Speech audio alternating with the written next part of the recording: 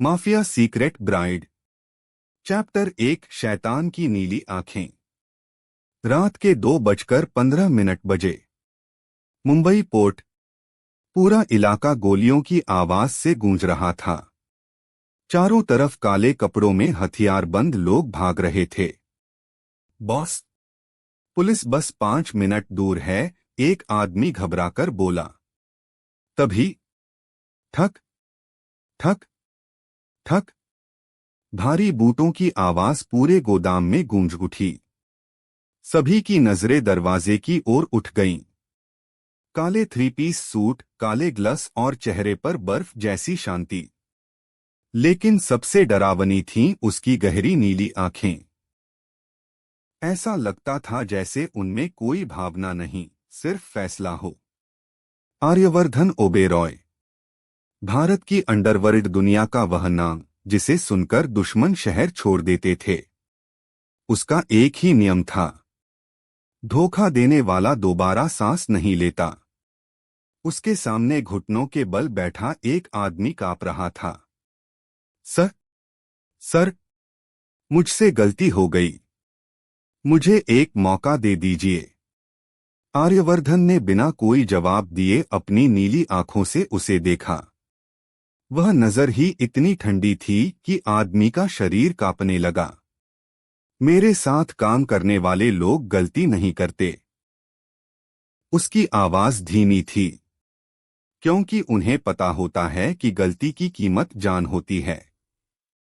उसने अपने दाहिने हाथ विक्रम की तरफ देखा। खत्म करो।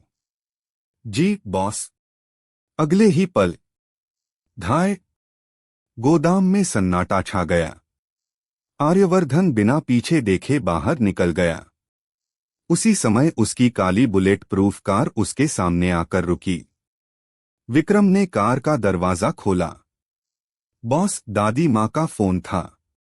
उन्होंने कहा है कि आपको सुबह हर हाल में हवेली पहुंचना है। आर्यवर्धन ने भौहें सिकोड़ लीं। क्यों? उन्होंने वजह नहीं बताई। बस कहा कि यह आपके जीवन का सबसे जरूरी फैसला होगा।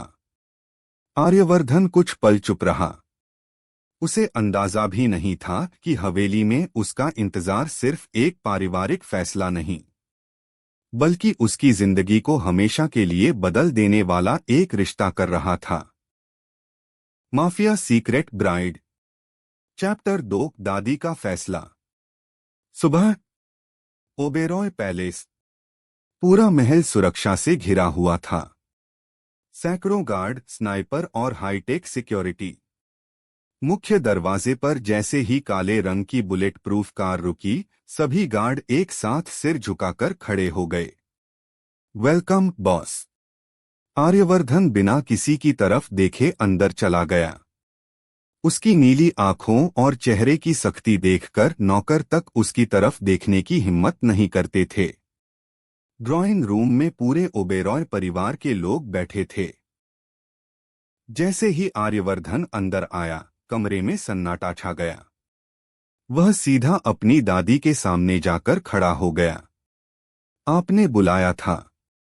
दादी ने उसकी ओर देखा। बैठो, मैं खड़े खड़े सुन सकता हूं।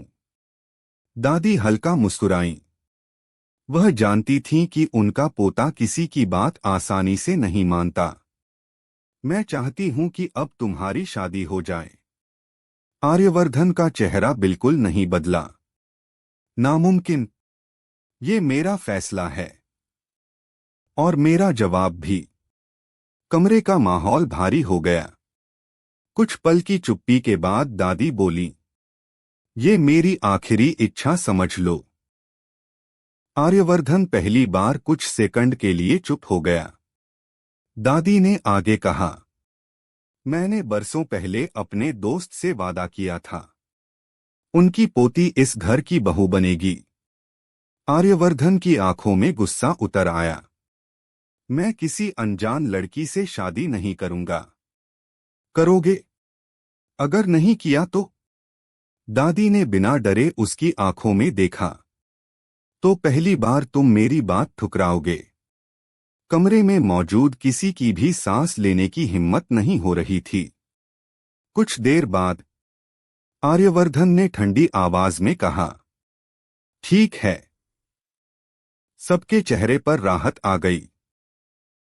लेकिन अगले ही पल उसने आगे कहा, मैं शादी करूंगा, लेकिन सिर्फ नाम की। उस लड़की से मेरा कोई रिश्ता नहीं होगा। वह मेरी जिंदगी, मेरे बिजनेस और मेरी माफिया दुनिया से दूर रहेगी। अगर उसने मेरी किसी भी शर्त को तोड़ा तो उसी दिन यह रिश्ता खत्म हो जाएगा। इतना कहकर वह मुड़ा और कमरे से बाहर चला गया। दादी ने आंखें बंद कर लीं। उन्हें उम्मीद थी कि एक दिन यही पत्थर दिल लड़का किसी के लिए अपनी जान तक देने को तैयार होगा। लेकिन अभी वह दिन बहुत दूर था। उधर शहर के दूसरे कोने में एक साधारण से घर में एक लड़की अपनी जिंदगी से बिल्कुल अनजान थी। उसे नहीं पता था कि कुछ ही दिनों में उसकी शादी उस इंसान से होने वाली है जिसकी नीली आंखों से पूरी अंडरवर्ल्ड दुनिया डरती थी। To be continued.